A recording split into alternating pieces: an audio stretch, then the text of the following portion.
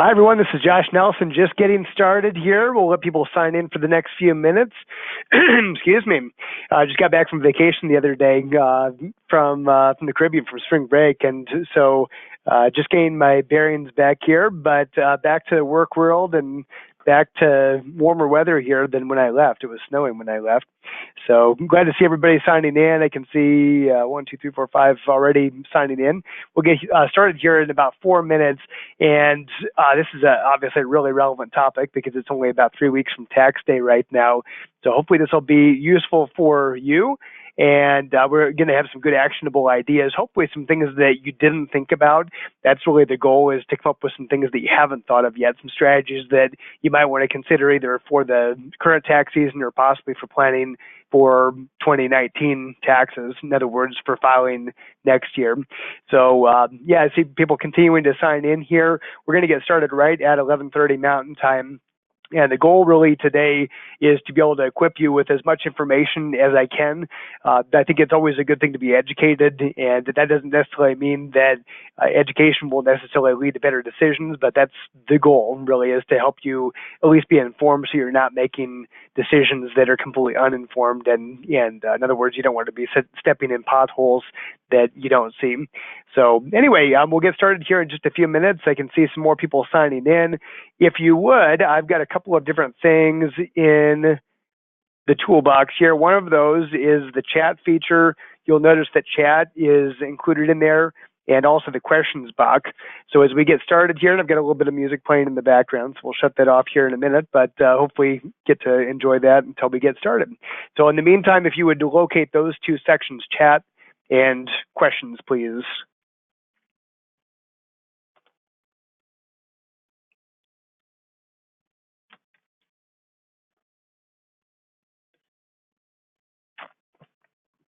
I can see a couple more people signing in. Thank you. Thanks, everybody, for attending live.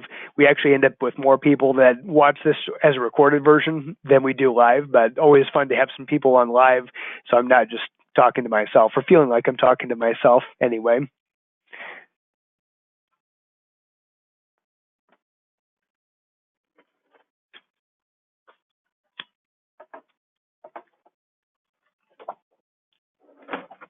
Just pulling out my tax cards, my tax reference guides from 2018 and 2019 in case any specific questions end up coming up. So we're going to give people about a minute and a half here and start right at 11:30.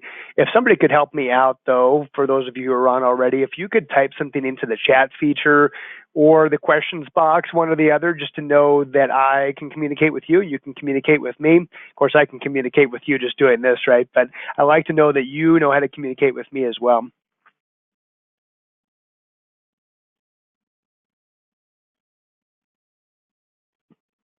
All right. Thanks, Lee. See, John typed in the questions box. Thank you. There's a chat feature too. I don't know why one versus the other, but I appreciate you guys doing that. One of the features of the questions box, by the way, is that you can ask questions along the way. So obviously I'll try to address those as they come up, but also want to be able to answer those at the end. If we get going long on time, there's too many questions. That's always a good problem, but if we have too many questions, I can catch those at the end as well.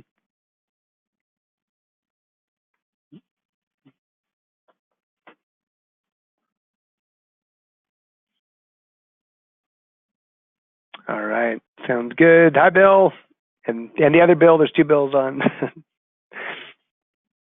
All right, it's good to know that we can communicate.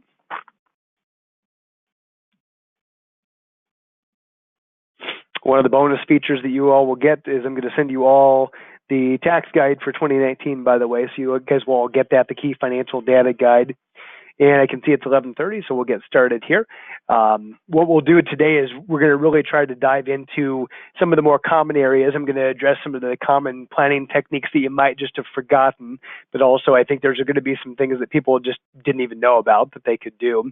Some of that is actually because the ability to to plan is somewhat dependent on the rules changing, right? The rules change every year a little bit, at least, not only because of action from Congress, but also because the IRS has different interpretations of those rules. Their job is to carry those out, and sometimes they can change the interpretation of what those actually mean from year to year. So even though we saw a 2017 tax bill passed that had some pretty big changes, this is a big, big year for all the activity that happened during 2018 is under the new tax law. So there's going to be some changes to a lot of people. A lot of people surprised, hopefully in a good way, but in a lot of cases, people's withholding on their paychecks wasn't what they had thought that it was, and so they ended up not getting as big of a refund than they had in the past. So some people are disappointed, even though in a lot of cases they might actually be paying less in taxes.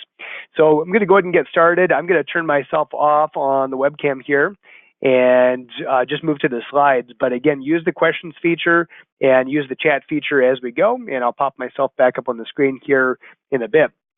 So today, a couple of things. One of them is that the title of my presentation is a little bit catchy, Dodging the Tax Man. Of course, we would never want anybody to do anything illegal and to do anything dishonest, of course, to be cheating on their taxes, so don't misunderstand my title. But Dodging the Tax Man is a good thing to do when you're playing by the rules.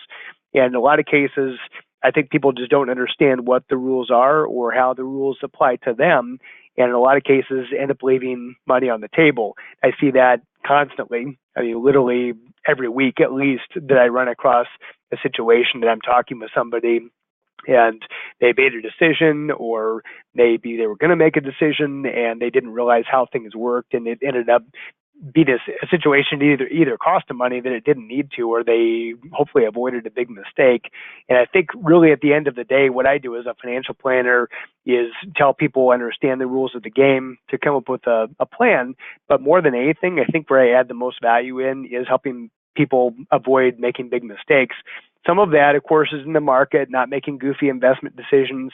That happens all the time. That's why most investors, globally, not just in the U.S., but globally, are really not very good investors because they make lots of big mistakes, usually with some variation of taking too much risk or taking too much risk at the wrong time. In some cases, not taking any risk and leaving their money all in cash. In some cases, that could be a better thing than making a big goof up and taking a big bet on something, or being concentrated too much into one sector or one stock. A lot of situations that I've run in over the years. Into the 1999 actually was my first year as a financial advisor, and that was the year of the dot-coms, of course, 99, as everything was building up to Y2K, and so many people that I saw end up losing massive, massive amounts of money when that bubble burst. So, of course, we always want to help people avoid that.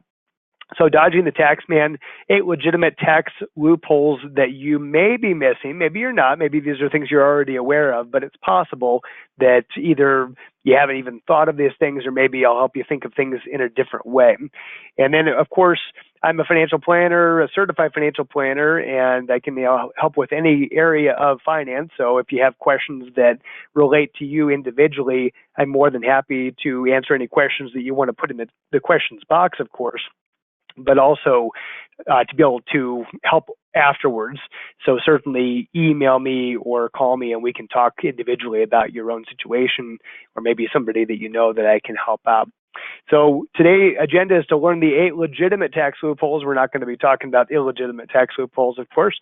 We're going to talk about things that are legit and you could use to help reduce your income taxes, but to also how to apply those to your situation, how to apply those in real life. So we'll be going through those things. The other thing I wanted to throw out here at the beginning, though, is some of the things that you might have already thought about, but need a reminder, especially right now because of being a few weeks before tax day. There are a few things left that you still can do, and one of those is that you can make certain contributions retroactively to the prior tax year. Not in all circumstances, so I won't make a blanket statement and say everybody can do this, right? These are just things that you could do. It all depends, right? It all depends on your income and your age and whether you're employed or not. So these are all kinds of things that will depend on your individual situation, and you really would want to check. But in general, a couple of things that I'm seeing that people still could do is they still could make retirement contributions into certain plans. One of those would be a traditional IRA. Another would be a Roth IRA. Also, if you're self-employed, you may have what's called a SEP IRA or a simple IRA, or even an individual 401k. Oftentimes business owners, especially small business owners, can even put money in for the last year, even though it's in the past. You still can go back and make contributions and hopefully reduce income taxes because of that. Also, making contributions to certain health accounts, usually a health savings account, if you're eligible for that, then you would be able to make that contribution retroactively back to 2018 tax year. So that could be another thing that could help you out here at the end if you hadn't made those contributions. So keep that in mind. There still is time to be able to do some stuff. Maybe not, again, maybe based on your situation. There are certain things that have to be done in the tax year. For example, a Roth conversion. Roth conversions have to be done in the tax year that the income is recognized for. So a Roth conversion cannot be done for last year at this point. Any conversions you do right now or up until December 31st, 2019 would be applicable to the year 2019. There used to be a rule, and that's really the key, is used to be, because in a lot of cases people may understand the tax code, but they just don't keep up with the changes. And then they make some decisions and realize, oh, you can't do that anymore.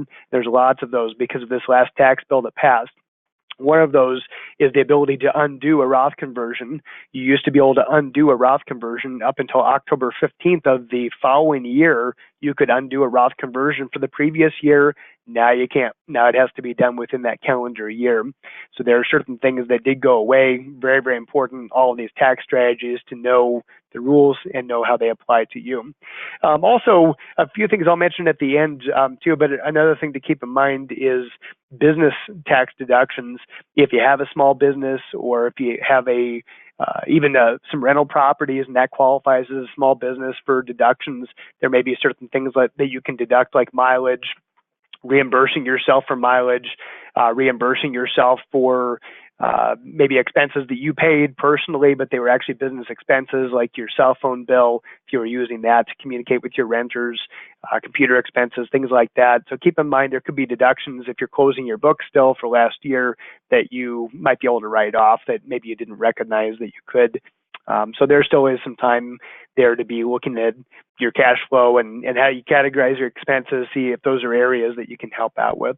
And then there's going to be a few at the end that I'll throw in as well that aren't in my 8 legitimate tax loopholes. Again, just reminders, so do hang on until the end. So legitimate tax loophole number 1. So the first thing is that if you have any bad debts, and I'm not talking about you having a bad debt where you owe somebody else money, I'm talking about somebody owing you money. If somebody owes you money and they don't pay you back, and it's a defunct loan, in other words, you can prove that, yeah, it was money I loaned out, and I loaned out some cash, in other words, and I can prove that it was actually a valid debt that was supposed to be a loan and not a gift. So this is where there's some gray area, right? If you gave a gift to your child, for example, or made a loan to your child, and then you just didn't make them pay it back, that's actually not a defunct debt. That's called a gift. If you forgave somebody for their debt. But in some circumstances, it could be a family member, it could be a friend, somebody else that, it was actually a debt that was intended to be repaid. It was legit. You had it written up as a note, and they just didn't pay you back. So whether you go after them or not, obviously that's a legal thing, but from a bad debt perspective, that is something that you could take as a deduction on your taxes. So keep that in mind, that any bad debts could be something that could be used for you. So legitimate tax loophole number 2, using capital gains tax rates to your advantage.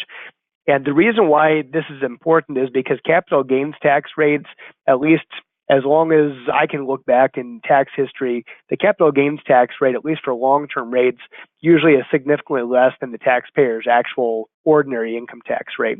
So let's use an example. Right now, the highest ordinary income tax rate, at least for 2018, if we look back to this last year, which most people, that's what they're thinking of, is planning and paying their taxes for last year. The top marginal rate for last year was 37%. That would have been the highest federal rate that somebody would have paid for last year. But the highest capital gains rate is 20%, and that's only for people who fall in that highest income tax bracket. if you look at most people will actually pay their long-term capital gains at the 15% rate or even zero, depending on which tax bracket they fall into.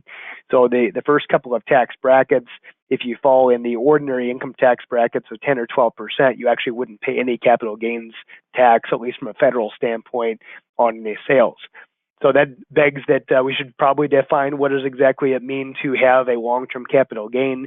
That means that you purchased some type of asset, could have been a stock, could have been real estate, and then over a year later, that's important to define that, is it's a year and a day. So a year and a day later, you end up selling that asset at a gain, you'd actually pay at the long-term capital gains rate versus if you bought and sold within that year, in other words, 1 year or less, then you pay a short-term capital gains tax. The short-term capital gains tax is equal to your ordinary income tax rate. So if somebody actually was in that highest income tax bracket, and that's a good problem, right? If you're in the highest income tax bracket, these are good problems to have. But if you're in the highest income tax bracket, I said that the ordinary income rate was what? It was 37%, right? And if you're in that highest tax bracket, you pay a 20% long-term capital gains rate. Well, if somebody goofed up and maybe they bought some, who knows, maybe they bought some Apple stock or something like that that went way up in value in a short amount of time, if they bought that and then they sold even within a few days of the year in a day being up, they'd actually pay at that 37% rate on the gain versus 20% on the gain. Or certainly look at somebody in the lower tax bracket. If somebody were to say they're in the 12% tax bracket, which of course is not bad, that's not a really high tax rate, but still, if you're in the 12% tax bracket and you sold within the year, you'd be paying 12% versus had you waited until the year and the day, you wouldn't pay any capital gains. So it's important to take advantage of that, especially when it comes to income streaming. In other words, figuring out where is your income coming from. And while you're working, that's easy, right? It comes from your paycheck. But when you're retired, now you've got hopefully some choices and some flexibility on where you're taking your money from year over year. Any money that you need in excess of Social Security and any pension money that you've got, you're probably taking it from your savings and investments. And your savings and investments could fall into different categories, right? We'll talk about that more later. But using capital gains to your advantage, one question does come up is how does that apply to real estate? And generally, it applies the same. So capital gains is going to be applied on sales of real estate, but there are some particular strategies that you can use.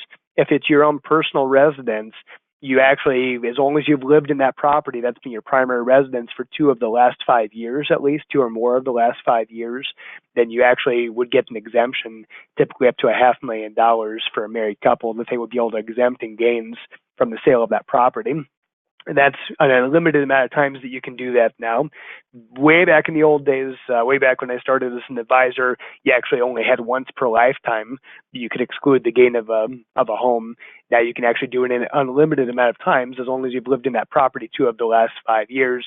So in a lot of cases, people are able to exempt all, if not a large portion at least of any gains, unless you've had a big appreciated property. Say if you bought in the Bay Area, California, a couple of years ago, yeah, you probably have significant gains that in some cases may be even going over that $500,000.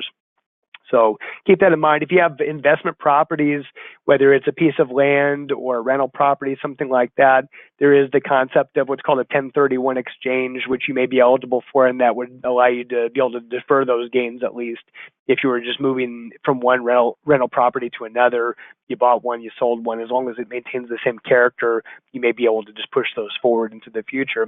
But some tax advisors and some tax experts would actually argue with that right now because the long-term capital gains rate is so low historically. In some cases, it might actually be better to pay the taxes. Just pay the taxes now, because waiting until some point in the future could mean a much higher capital gains rate as we get into the 2020s and 2030s. We've got some big bills coming up. And of course, maybe there's some solution out there that we don't know of, but in not that long, over half of the federal budget is going to be paying for Medicare and Social Security, and that's going to go up. obviously, at some point, if we want those programs to remain solvent, there has to be some fix, and that fix will at least be in some part, probably in large part, due to higher tax rates. So keep that in mind when you're doing tax planning for today. I don't think anybody enjoys paying taxes, but in some cases, when we're thinking about doing Roth conversions and paying the taxes at the current rate or recognizing some capital gains, might not be a bad idea. Might not be a bad idea. I don't know. The tax rates are going down from where they are right now. So just my opinion. Obviously, I don't know, but I think with all the stuff that we've kind of committed to as a nation to pay for, there are going to be some higher bills in the future that have to come from someplace. So anyway, no more of that for right now, but keep that in mind. It might actually be better to pay the taxes. Legitimate tax loophole number 3. If you have a second home, if you have a home in the mountains, or they say in someplace warm in Arizona, that's where my folks are right now. They're snowbirds from Iowa, so they're down there and they actually do have a second home. If you have a second home, you actually do qualify for a mortgage interest deduction on that property. Now, there is a limit. There used to be no limit. Now there is a limit of mortgages up to $750,000. So, they don't have that problem, right? But for $750,000 mortgage is the max now that you can actually deduct the interest on. So there's actually some advantage to that. In other words, if people were trying to figure out, let's say somebody was going to buy a second property in the mountains, or say in Arizona, Texas, Florida, someplace warm, they were trying to figure out, well, gosh, do I take this money from my investments and just pay it off, or do I finance all of it, a portion of it, and what would be the advantages and disadvantages? Well, there's some advantages actually to financing. There's some advantages of paying stuff off, right? Because then you lower your fixed expenses on stuff. But one of the advantages is that mortgage interest deduction could apply to you. Now, the one thing to keep in mind, again, there are some limits to that, but that could be something that would be applicable to you. Tax loophole number 4. So this would be rental income. So if you list your home online, let's say that you have the cabin in the mountains or the place in Scottsdale, and you don't spend the whole year there. Let's say that you just use it a little bit. They actually give you up to 15 days per year that you can use it, that you can stay there for personal purposes just to enjoy it. So if you were a snowbird that maybe you snowbird, but you don't snowbird very long, maybe it's just a couple of weeks during the winter time, but you want to keep that property as an Airbnb or something like that in that area, you actually could not have to include that as income. The 15 days would allow you to still use it a little bit and then rent it out for the rest of the year and take it as a normal deduction as a rental. So keep that in mind. Also, some people have shared with me, and of course, this gets into the gray area a little bit. You have to be careful. But of course, if that's your business, you do have to go check on the property, right? So if you're going and checking on the property, say it's in Florida and you're a ways away from there, you need to go down and check on it once in a while. And if you stay there, so you can do some repairs and maybe paint, things like that, then that wouldn't necessarily count as far as that 15 days. You just would want to document it very carefully, and it could give you some additional time that you'd spend there while you're working on your business portion of it.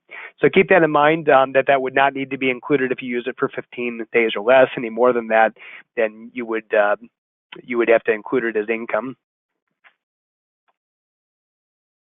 Tax loophole number 5, charitable gifts. Now, I am going to spend a little bit of time on this because there are a couple of strategies that may not be evident. One of those is that you can actually still make a contribution to charity if you're 70 and a half or older. You can make a charitable contribution from your IRA and not have to pay taxes on it when it comes out.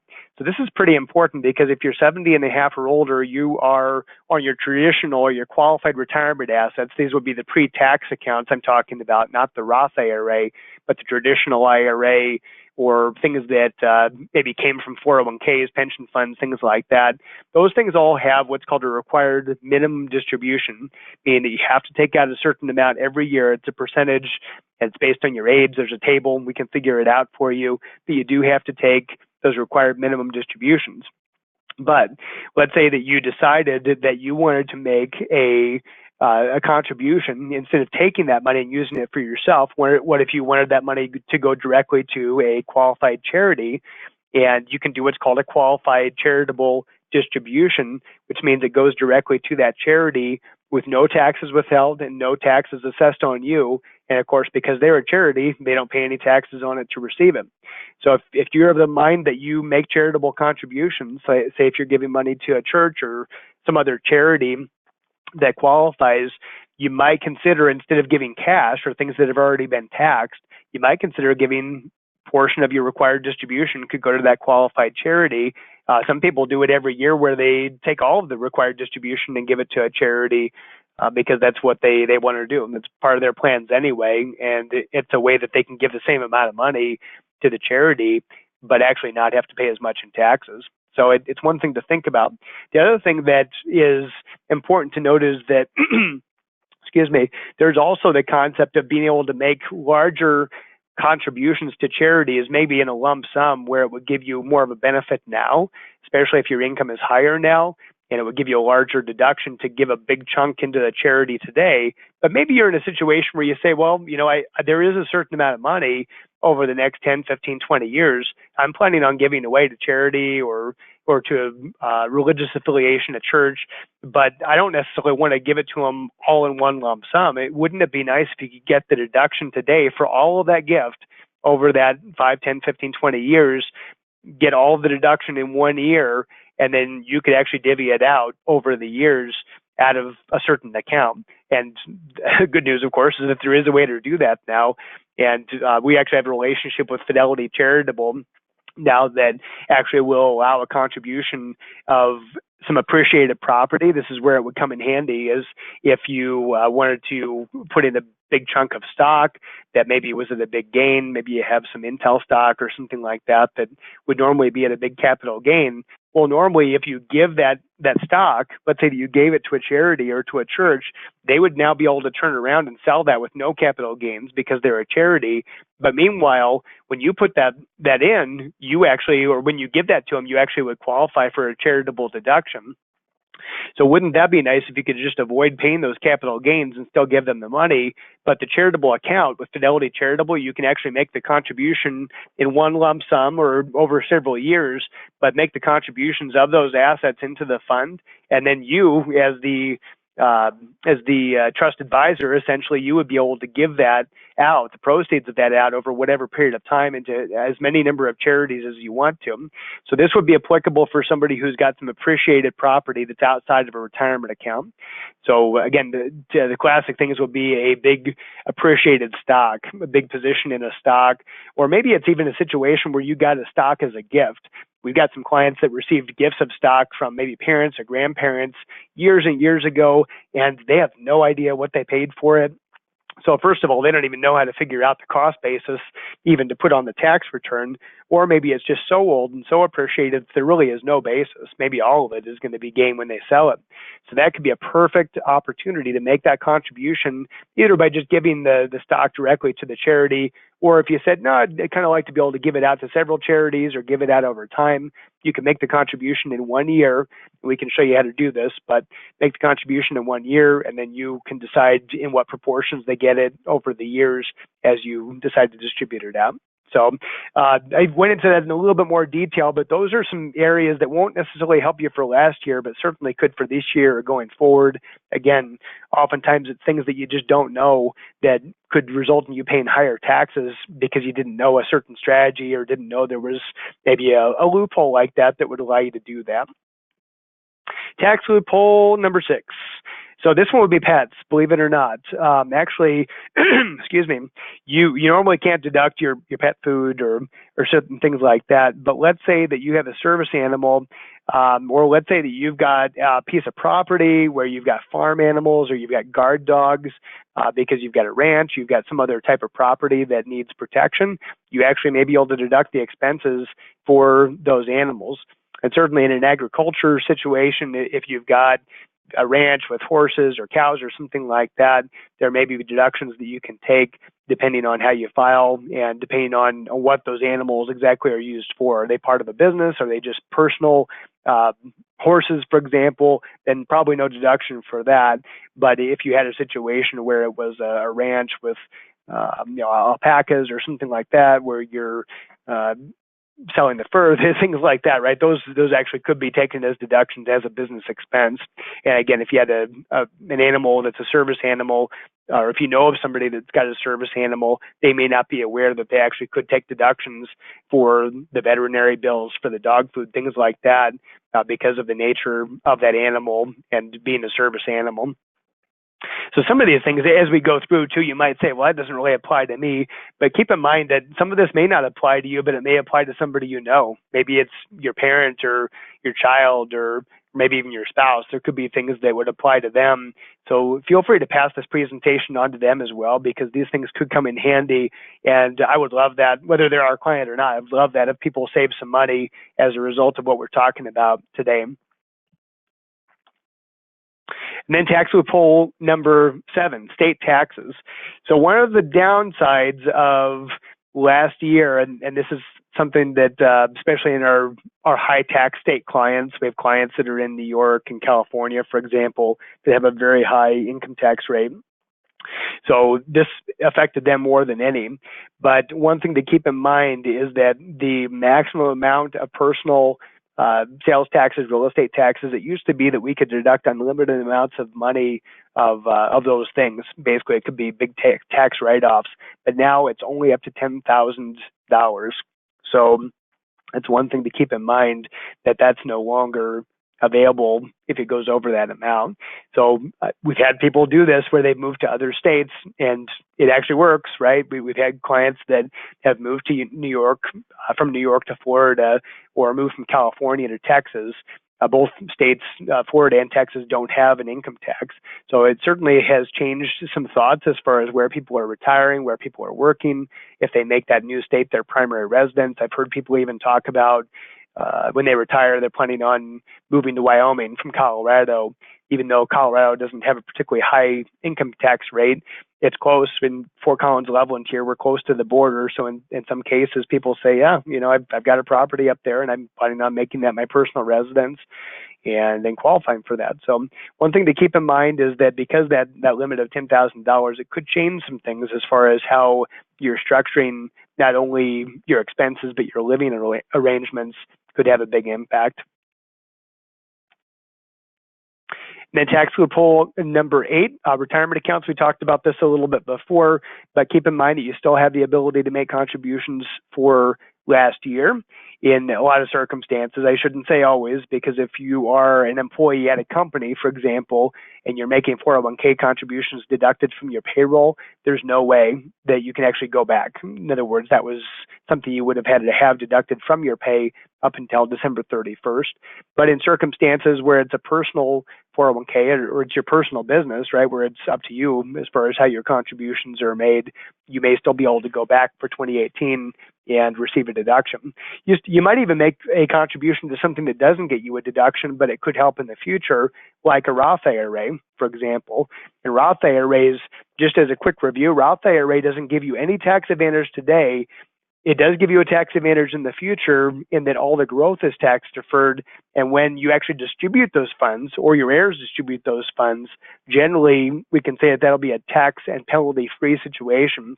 So tax-free status on the back end could be a big benefit based on what we were discussing before, right? That tax rates are likely to go up in the future, and we might be really happy that we paid taxes today on some of these assets, right? Some of these retirement accounts, and maybe recognizing gains on property or stocks, things like that.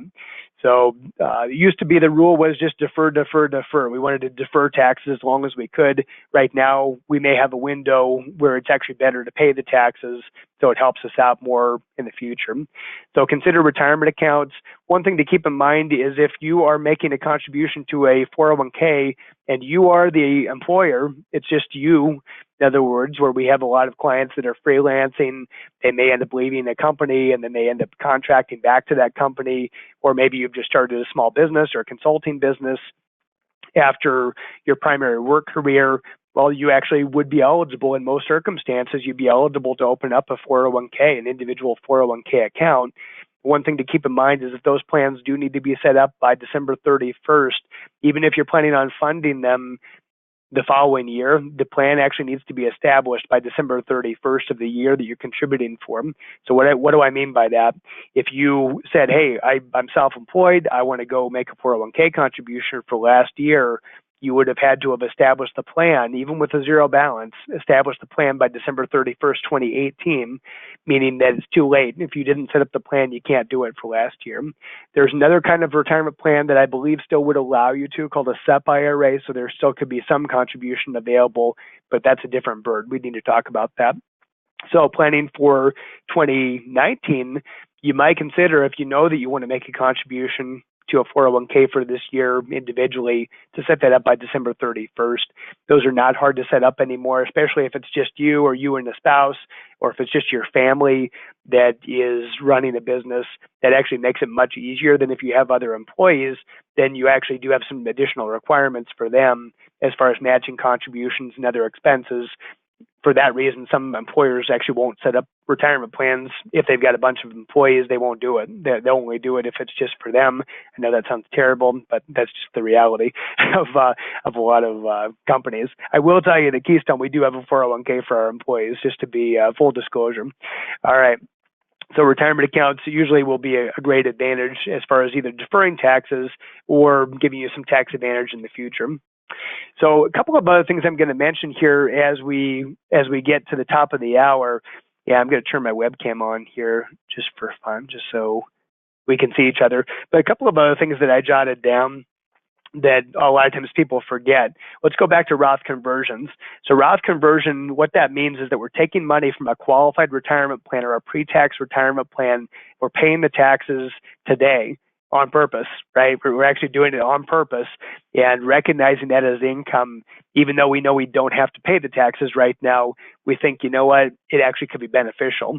Where this will be especially important, I think, is people who don't have a lot of tax diversification. And what I mean by that is that if all your money is in 401k or pre-tax type assets, obviously we're all probably going to get some Social Security income. Some people even will get a pension type income, especially if they were a public employee, like a government employee or a teacher. They probably have some type of pension coming to them when they retire. But for most people, that's not enough. Most people are going to need to dip into their retirement savings, especially if they want to be able to do some travel and have some other fun expenses going into retirement. So going into retirement with no tax diversification would mean that all the money is in a qualified retirement plan or pre-tax retirement plan. That can be disadvantageous from the sense that we don't have a lot of tax control, right? Because we've only got one place to take it from if you need money. It has to come from that pre-tax fund and be recognized as income. The other thing is that it can be not so beneficial when it comes to being 70 and a half or older. We talked about before the required minimum distribution age. We might still get some tax relief there. That was actually something that I think it was over a year ago right now that had been ordered that the IRS study and to possibly extend the tax tables so people's longevity, increased longevity that we've seen over the last couple of decades is taken into account, and that our required minimum distributions wouldn't be as much as they are right now. We haven't heard anything yet, so I'll certainly let you know the moment I hear. But that's one thing that you might consider for Roth conversions, because anything that's been converted to a Roth and is out of those pre-retirement plans, you no longer have a required distribution on. And of course, Roth conversions, although they be taxable at the beginning, then that's kind of it, right? After you're converted, then there won't be any tax expectation in the future. It should be tax-free in the future. Health savings accounts we talked about. If you are younger than age 65, if you're older than age 65, you can't make contributions to those anymore. However, if you still have balances in those plans, you actually can take that out without a penalty, even if it's not for health expenses. So keep that in mind. Chances are, though, unless you are healthiest person in the world and never have any medical expenses, you're going to have things you need to take it out for. So it's better to take it out for health-related expenses so you can take it out tax-free. Those accounts can carry over from year to year. If you are less than age 65, it's kind of a no-brainer. If you're eligible to do it, the health savings account is one of the few things that actually allows you to get a deduction when it goes in. So you get a pre-tax benefit, then it grows tax deferred, and it comes out tax-free as long as it gets used for health expenses. So I don't know of any other type of plan that will allow that. Usually you get the benefit on one end or the other, not on both. So it's really kind of a no-brainer to make health savings account contributions if you're eligible. Again, we talked about you can still go back for a short amount of time here up until tax filing day. You still have some time to go back for last year. So keep in mind health savings accounts. Another thing to think about is cash flow planning. We talked about as far as if you're not retired right now, be thinking about this for the future. Of course, if you're our client, we're talking about this in our meetings. If you're not a client, come talk to us. We can certainly start to talk about what that would look like. And if you're a client, we obviously would do some detailed cash flow planning for your future.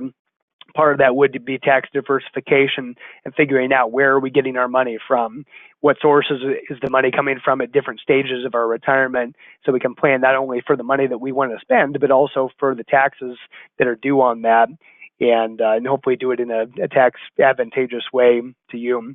So it's good to have tax diversification. I know I've said that over and over again, but it's good to have our money in different buckets, not just from an investment standpoint, but have it diversified from a tax standpoint, that we probably would like to have a pre-tax bucket, but it also would be good to have a Roth bucket and maybe an after-tax bucket of just investments that really aren't in any kind of retirement fund, but when we pay taxes at the capital gains rate is what we're hoping when the money comes out of those, when we sell those things.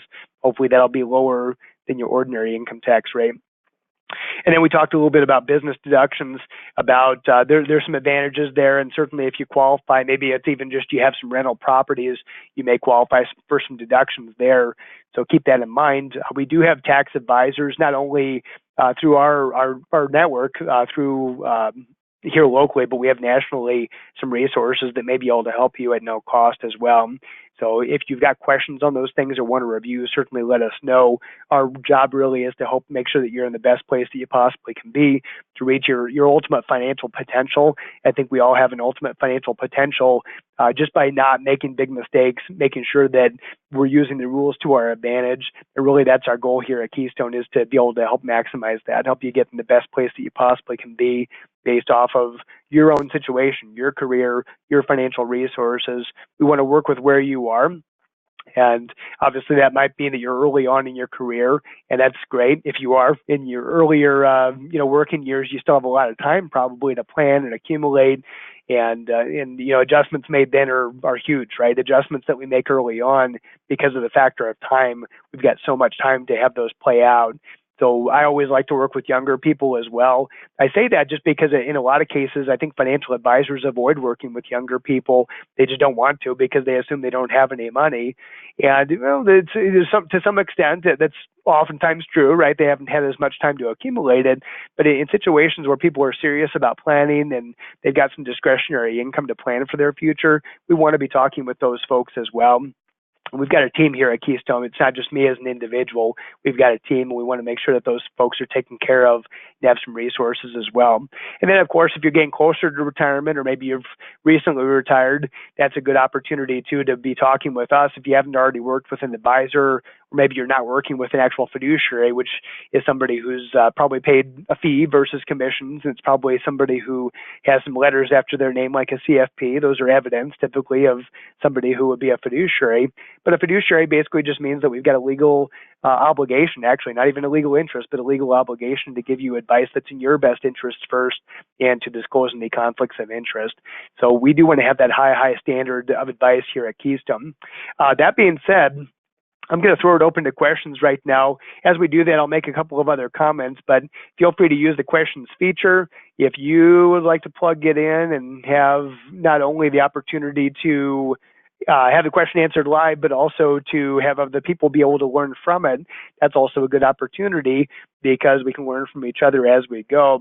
And then, of course, it would also be available to people watching the replay, which, of course, would be useful to them, even though they can't ask live.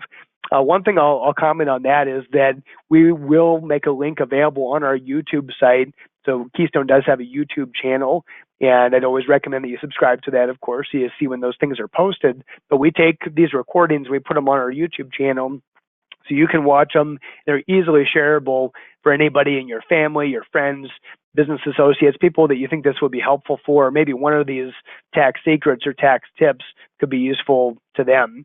So as we open it up for Q&A, one other thing I will mention is that if you're going to make contributions for last year, if you're eligible to make contributions for last year, you'll definitely want to plan on doing that early. Today is March 27th.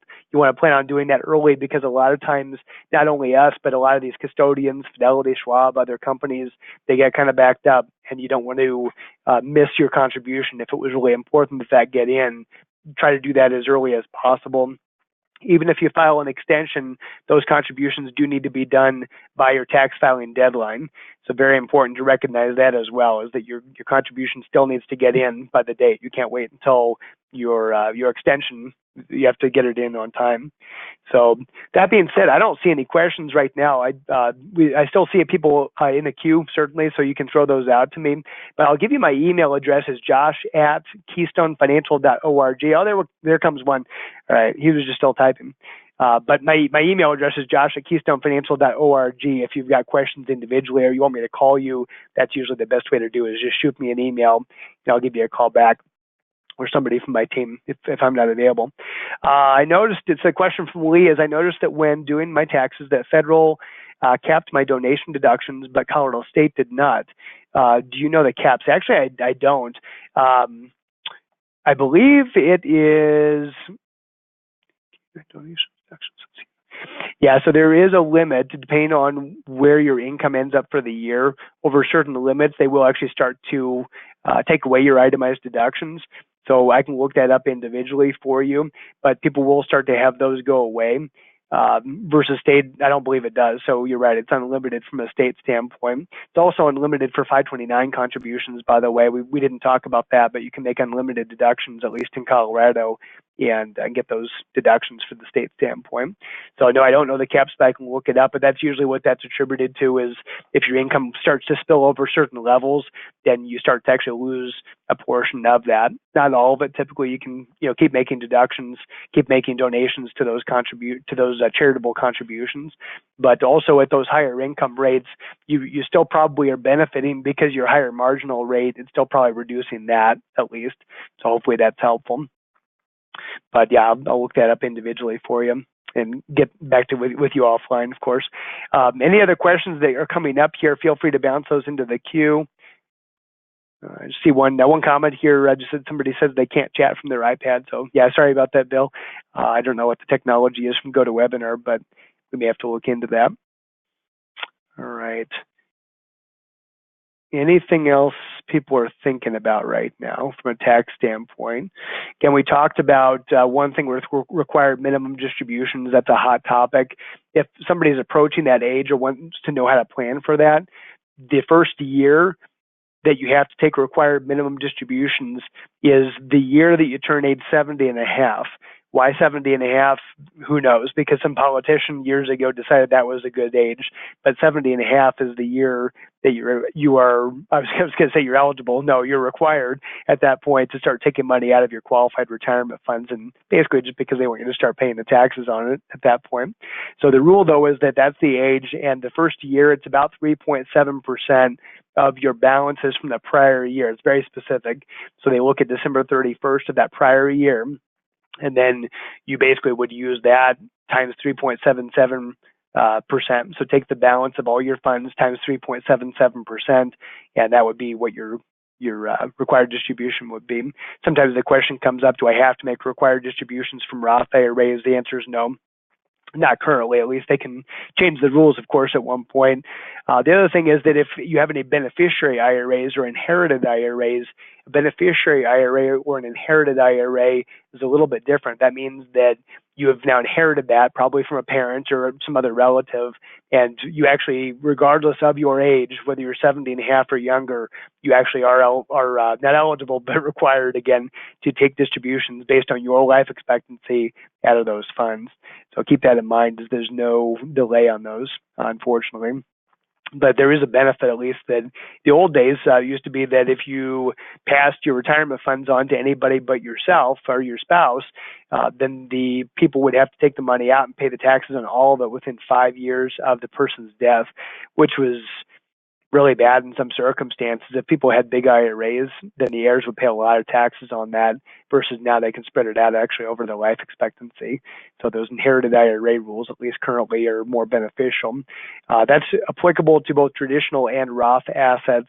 So they actually are required to take in an inherited situation, they are required to take a required distribution, but at least it's tax-free. At least there's no taxes due on that money as it's distributed out. Of course, that's just the minimum they have to take out. They can take out more if they want to. But from an estate standpoint, that's a good thing to think about. All right. And then, of course, that was the last thing I wanted to mention. I don't see any other questions. The last thing I wanted to mention is the estate tax. The estate tax exemption now has gotten quite high. Let's see, 2019, this year, it's $11.4 million each. So if you're married, you each get $11.4 million that you can pass on with no estate tax. That's also the gift tax limit, I believe. So you actually could give up to $11.4 million away as a gift, too, and not have it be taxed either to you or to the recipient. So keep that in mind. That's what it is today. So $11.4 million is the exemption. That means that if you gave away that much or you wanted to, or if you passed away and you wanted to leave that as an inheritance to people, there wouldn't be any estate tax.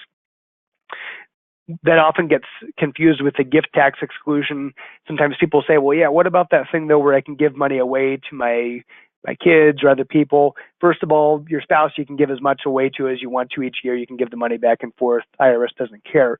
If you are giving it to anybody else, kids or others, they have a limit of $15,000 per year per donor.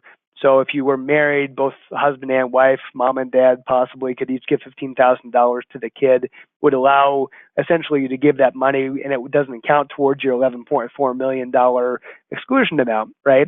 So it seems like really, really high numbers, but of course those numbers can come down in the future and likely will. That's just my opinion, but I think that they could come down in the future as politicians are looking for more tax revenue down the road. They might be lowering those limits back down.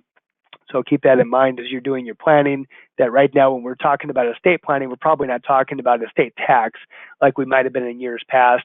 We're probably talking about how to avoid income taxes, possibly on retirement funds, but also just to make sure that the money is going to the right people in the right way. Obviously, we want to try to play by the rules and try to use the rules to our advantage, so we keep the most out of the politicians' hands and also out of the attorneys' hands. Really, by doing some proactive planning, you can avoid a lot of big mistakes, that are unintended. So I don't see any other questions. I'm going to wrap it up here. But if you have any questions at all, feel free to contact me individually. Again, josh@keystonefinancial.org. Thank you so much for taking the time today. Please pass this link on when this is completed.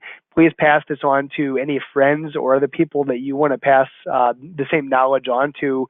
It'll give them the ability to hopefully get some ideas, but also to be able to ask questions on their own if they need that. Thank you so much, and take care and enjoy your week.